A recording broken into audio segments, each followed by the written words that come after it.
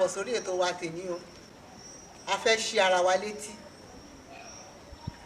Àṣà kan wà tí àwọn kan máa ń dá tí kò sì bá ojú mu. Kí ni àṣà yìí?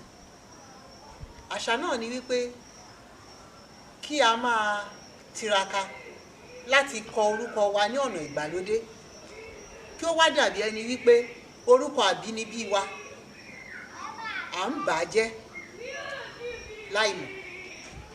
Bẹ́ẹ̀ ni nǹkan tí mò ń sọ nìyí. Ara ìṣe àti àṣà Yorùbá ó ní wípé kí a sọ ọmọ lórúkọ. Tí a bá sọ ọmọ lórúkọ, kí a tẹ orúkọ tí a bá sọ wọ́n, kí a tẹ̀ mọ́ wọn lára. Orúkọ Yorùbá ó dùn. Gbogbo ọ̀nà ni orúkọ Yorùbá fi dá.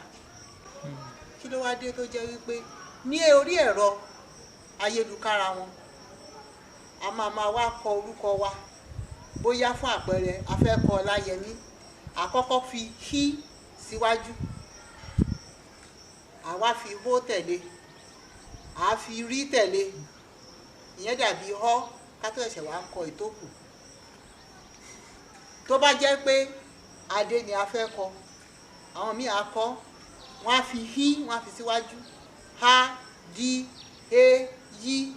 A ṣá máa ń kọ àwọn orúkọ yìí ní oríṣiríṣi ọ̀nà ní ìkọkúkọ tí kò yẹ. Ẹ má jẹ́ ká tijú orúkọ wa o. Orúkọ tí àwọn òbí sọ wá, ẹ jẹ́ kí a jẹ́ orúkọ yìí. Orúkọ Yorùbá ó yẹ ká gbé lárugẹ.